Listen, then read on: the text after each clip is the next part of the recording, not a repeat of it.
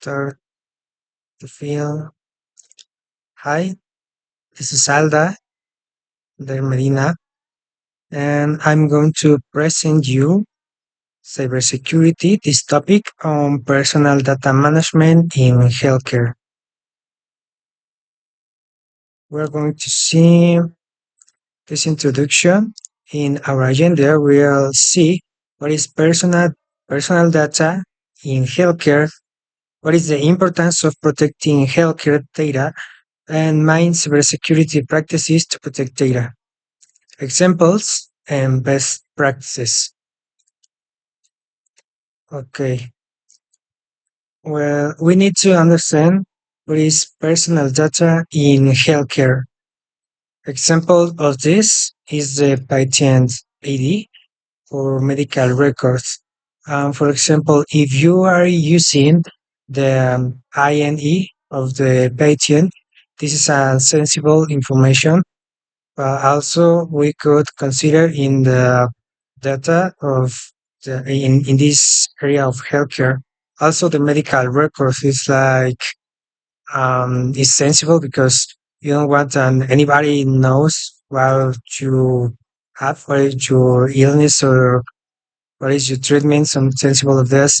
Also, we have insurance information, and the doctor knows that he or she could take, and the treatment details between another information that you could need or clinical center could need to record to take to record the enter of a patient. And this is the question: why protect healthcare data? This is why we are here studying this. For example, the confidentiality, the patient trust. Imagine that your patient knows that their data are not used in a correct or ethical way, that is passing through hands and to another hand, and anybody could know it. And I don't know, maybe if you, mm, your receptionist or your hospital needs to give some information to familiar to the patient familiars or some friend. Um, she doesn't need to know everything, and the receptionist uh, doesn't need to give sensible information. So imagine that the patient realize that this is happening. So the patient won't trust in your methods. So he will not have trust more. So also the risk, the identity theft, this could happen, and could happen a lot. For example, in the financial area, but also here could happen.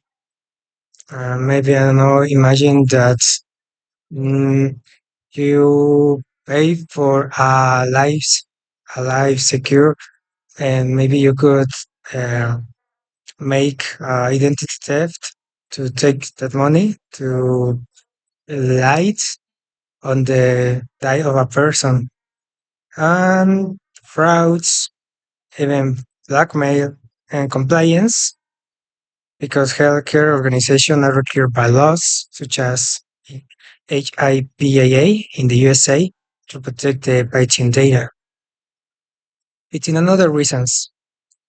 Now we are going to see the cybersecurity challenges in healthcare. Some of them, for example, the cyber attacks. Example, the ransomware. This could happen, for example, if there is no culture of cybersecurity inside your hospital or clinical. Um, and I don't know, maybe a doctor or some personnel receive an email and it is a malicious email, could have a ransomware, and uh, this employee could give them access to the information so they could stole steal the information and could ask you for a payment to free this sensible of your data of the patients and all that. That could be awful.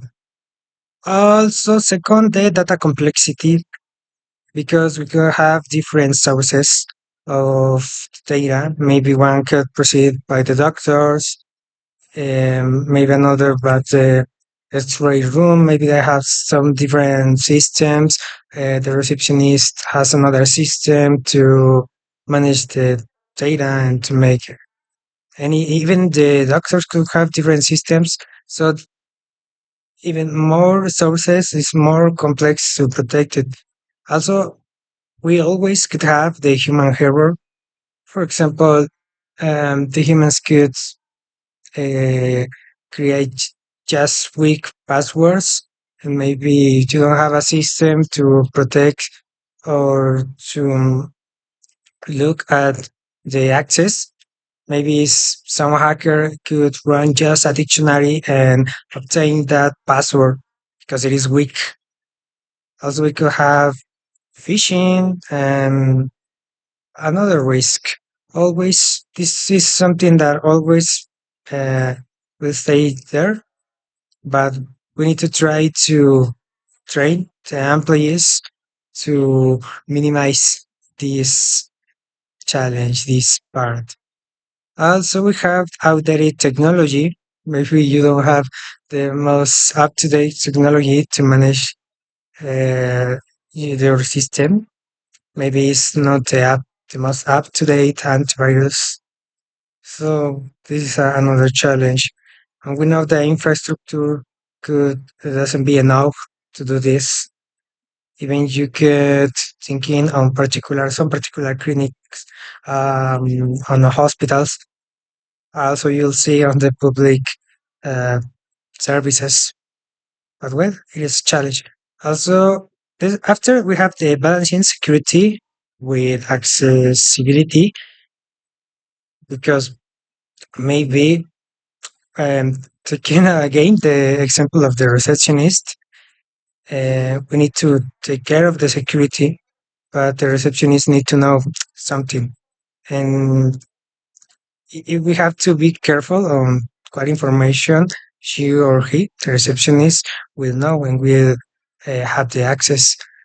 But for example, maybe nurses, um, they need to have more accessibility, but we don't need to think if the same as the doctor. So what happened with that? So it is something that we have to balance. And sixth point, increasing volume in data. Always the data is increasing, and the more data we have, the more difficult it is to protect it. Now we have key cybersecurity practices that we could take. One, for example, is data encryption. And in the data encryption, we could have, for example, the encryption at rest and encryption in transit. At rest is, for example, you have it in your database. You could have your hospital data, but imagine the hacker enter on this database. So if that happened, uh, they have all access and could have the insights of the information, sensible information, and could do anything that he or she wants. But if you have encrypted, it will be not so easy to he or she to know the information. So it is a point to take care. And encryption in transit is okay, you have it in your database, but if you send in by internet, by some network, you could encrypt in that transit. So it is an extra step of security. Also, we have the access control. And remembering again the example of the receptionist and doctor is not the same. The information they need and not the same the permissions they need to have. Also, we can consider and we need to have the regular audits. Some specialists will go to your hospital or your clinical center and will look for weak spots to and to audit the cybersecurity protocols to see if you have your software up to date and another suspicious activities. And this is also very important to comply with laws because there are laws related to the management of data. And after that, we have the multi-factor authentication that we can think it inside the access control. It is another step is to improve security, but requires extra steps. For example, nowadays it's not sometimes it's not enough just to provide your password, your email. Sometimes you need to provide something with your cell phone, some SMS code or eyes verification or the um, on the hands, anything, or face recognition. And that is another extra step. Also, all of this is to balance it because if you need extra steps to enter the database, to enter the system and to look for the information, and you need to have it quickly, is something else that we need to think. We have an example on the 2020 ransomware in hospital. In in September 2020, the UHS, there is a large hospital network in the USA with more than 400 facilities, was hit by ransomware attack that locked down their system, making patient records inaccessible. And this is something that happened, and it's like the most terrible incident that has happened to an hospital that we consider. The doctors and the employees have to use their phones, use paper and pen, and a more primitive way to do the things. Now we have here some practices, best practices in the data management. For example, the data anonymization. And here we could have alter the information to protect identities. Maybe you don't need to know the name of the patients. Maybe you could need to analyze something to get insights, and you don't need the name of the patient. Second, don't reveal any personal detail. It is not necessary for security of all for your patients. It is important for their trust. Also, we could have the data minimization. It is to just necessary data to provide the just necessary data to the related employee. Different employees need different type of data, different quantity. Less data is less to monitor. This is, for example, when you will to record the information of your patients. Maybe you don't need to record all of the information. Maybe you don't. Maybe you just need something of that. So it's better that with less data you will work. Is better. Example, the routine checkup. If it is something fast, you don't need to record all the information. Just necessary. Maybe on a historical clinical history, maybe in that you will take up to 10 minutes for experience to record that. Another practice is the data retention policies. And we ask us how long different types of data should be kept. And this is related uh, of that I've been talking in this presentation and patient records for medical or legal records. For example, the patient records and you could store them for a longer period of time, maybe to make analysis or for something related with the law. But the personal information, maybe just while your patient is in your hospital, after that, maybe you could erase it. You should do it.